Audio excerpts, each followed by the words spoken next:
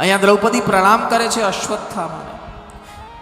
અશ્વત્થામાએ જોયું, રડવા લાગ્યા. પાછા ક્રોધ એટલો બધો છે અર્જુનને કે પાછા ઊભા રાખ્યા, ગાંડીવ કાઢ્યું, ખભામાંથી તીર ચડાવી, વળદઈ પ્રત્યંચાને ખેંચીને જ્યાં મારી નાખવાની તૈયારી કરી. એ સમયે દ્રૌપદીને વિચાર આવ્યો કે અત્યારે જો આ છૂટી જશે તીર તો ગજબ થઈ જશે, અને પરિણામે દ્રૌપદી દોડ્યા પાછળથી બોલતા બોલતા, મુચ્ચતામ મુચ્ચતામ એષ બ્રાહ્મણો નિતરામ ગુરુ.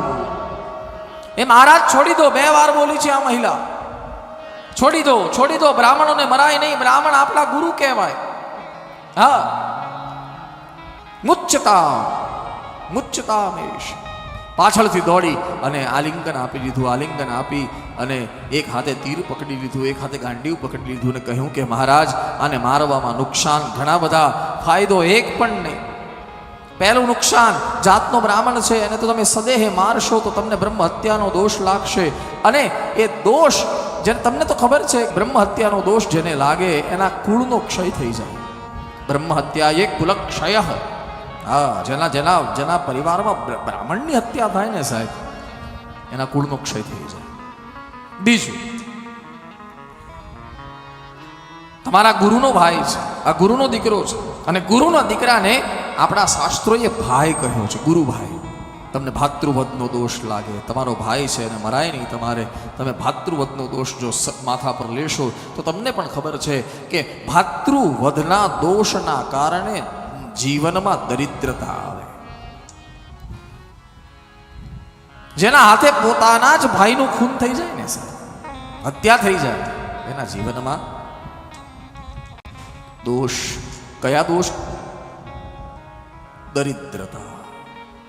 અને ત્રીજું, નાથ, આના પિતા જીવે છે નહીં, હમણાં જ વીરગતિ પામ્યા.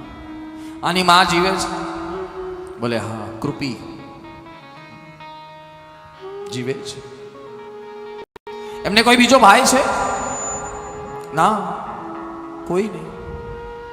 એનો અર્થ એ થયો કે વિધવા બ્રાહ્મણીનો એકનો એક દીકરો છે, એકનો એક સહારો છે, અને એને પણ તમે મારી નાખશો અને વિધવા બ્રાહ્મણીને ખબર પડશે કે મારા સહારાને છીનવી લીધો છે, લૂંટી લીધો છે. અને એ વિધવા બ્રાહ્મણી જ્યારે રડતા રડતા સજળ નેત્રે હાથમાં પાણી લઈને તમને શ્રાપ આપશે, એ સમયે કોઈ ભગવાનની તાકાત નથી કે તમને એમાંથી બચાવી શકે. ના મહારાજ, આને મારવામાં નુકસાન ઘણા, ફાયદો એકે નહીં, એક પણ નહીં. જ્યાં આ વાત સાંભળી,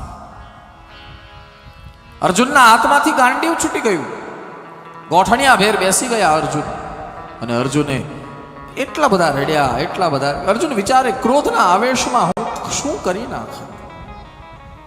સાહેબ, આના પરથી એક શીખ તો લેવાય કે ક્રોધ એટલો જ કરવો જેનું પરિણામ આપણે હસતા હસતા ભોગવી શકીએ. નહીં તો રેન્જ બાર કરેલો ક્રોધ ક્યારેક ક્યારેક માણસની સામો પડી જાય.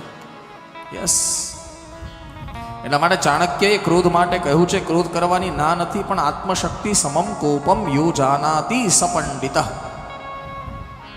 આત્મશક્તિ, પોતાની આત્માની શક્તિ ઓળખી એ ક્રોધનું પરિણામ શું આવે એ પરિણામ ભોગવવાની શક્તિ જેટલી હોય એટલો જ ક્રોધ માણસે કરવો જોઈએ. હા, બાકી તો પછી લમણે હાથ દઈને બેસો કે લે અમારથી બોલાઈ ગયું, હવે આ સંબંધ બગડી ગયો, હવે આ શું થશે, ના તે, પછી એ બધું નકામું છે સાહેબ. હા, આત્મશક્તિ સમમ કોપમ યો જાનાતિ સપંડિત. સપંડિત